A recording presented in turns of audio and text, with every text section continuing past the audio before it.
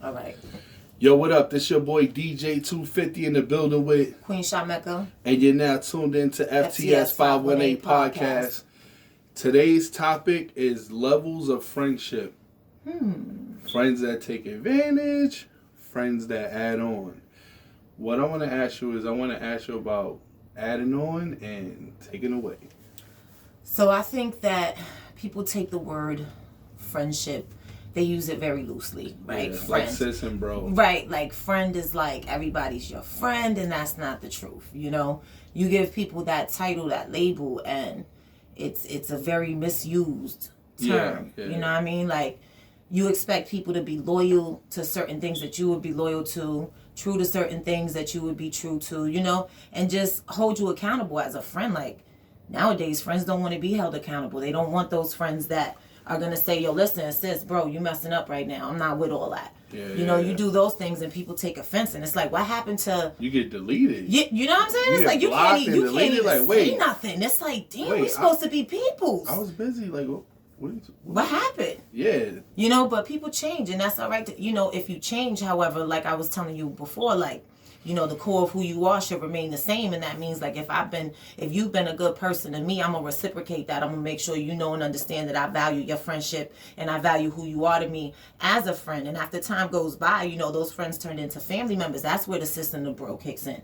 After they've shown improvement, like, yo, listen, that's really the sis, consistently. Every time I see you, nothing but the utmost respect. It's love for your family. It's love for my family. Whatever the case may be. But everyone, they can't maintain that. And I think sisterhood and brotherhood is, like, really lost on people. I've said it before and I'm going to say it again. Like, people don't really value those things anymore. It's sad. You know what I kind of think, too? I think... Because personally, I invest more in friendships than relationships. Mm-hmm. So I feel like a friendship going wrong is actually worse than a relationship going wrong. Because at least with a relationship, you kind of know, like, okay, I'm dating this person. Most of the time it goes south. Mm-hmm. It don't work a lot of the time. But a friendship is like almost like having a manager in your corner. Like, they know your weaknesses. Mm-hmm. They know basically almost everything about you. So it's like...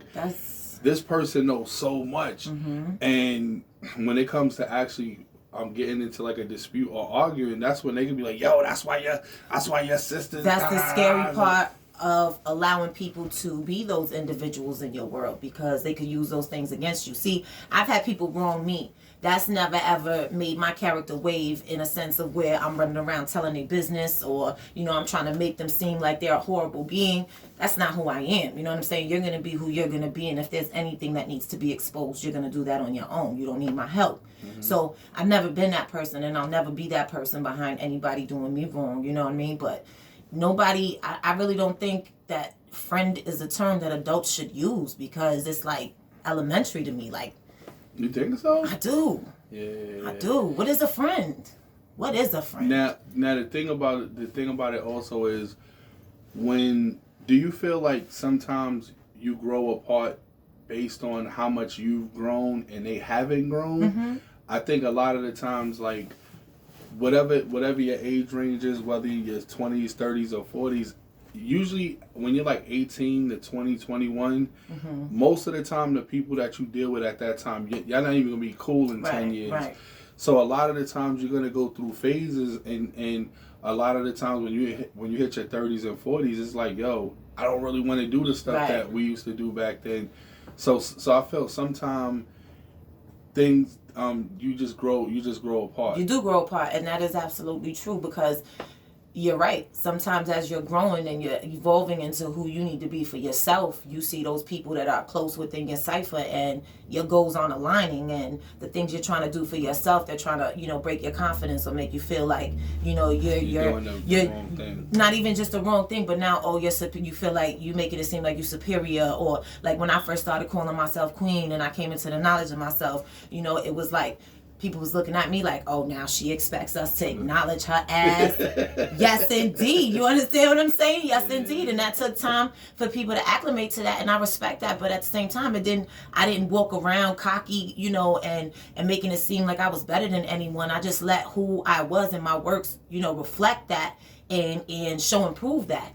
So I didn't have to ask anyone to call me queen or bear witness. You know what I'm saying? Like that was all done on its own. And it's like, if people can't respect who you are and who you need to be for yourself first, because that's important. Yeah. Like, some people stay stuck.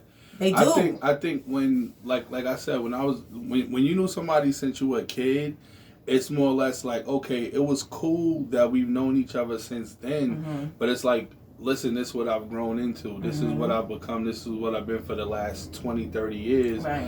But a lot of the times we see them as, yo, that's little man from the block, which is cool as long as it's kept like in a positive sense where it's like, I want to see everybody grow. Right. Like, you know, a lot of the times I post a lot of crazy relationship questions, but I also am very positive too, and I'm trying to help build up esteem for other people as well. So it's like, yeah, we all kind of, you know, grow in like different ways.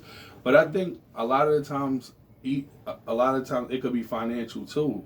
You have people that are envious just because you might have $2 more than this one. Envious of relationships, envious of, you know, your current living status, and that's what I mean about, you know, the sis and the bro being thrown around and actually being a friend, because whether or not I have it, if you got it and you're my friend, I love you and I want to see you grow. I want to see you elevate. I'm going to be happy for you. And I mean, genuinely happy. Like, yo, my sis is getting it. Yeah. Did you see what my sis was doing? But where's that pride? That sense of pride is gone. No, you know what I think it is? I think when you look at, like, for instance, verses, everything is verses. It's like, yo, who's the top this in the 518?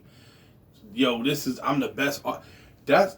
That's one of them things like, yo, why do we have to be that? Right. It should be you versus you and me versus me. There's no other opponent for me out there except me. You know what I mean? Like, I'm not trying to be better than nobody, to be honest. Like, the goal should always be like, yo, listen, if you my peoples, I want us all to be great. You know what I'm saying? I don't want to be around a bunch of individuals that are slacking and, you know, we about to be 40 years old and all y'all want to do is get drunk, get high, hit the clubs. I'm like, I'm trying to do different things in life, you know, and I've been on that level. And so I've had to remove a lot of people from my cipher because guess what?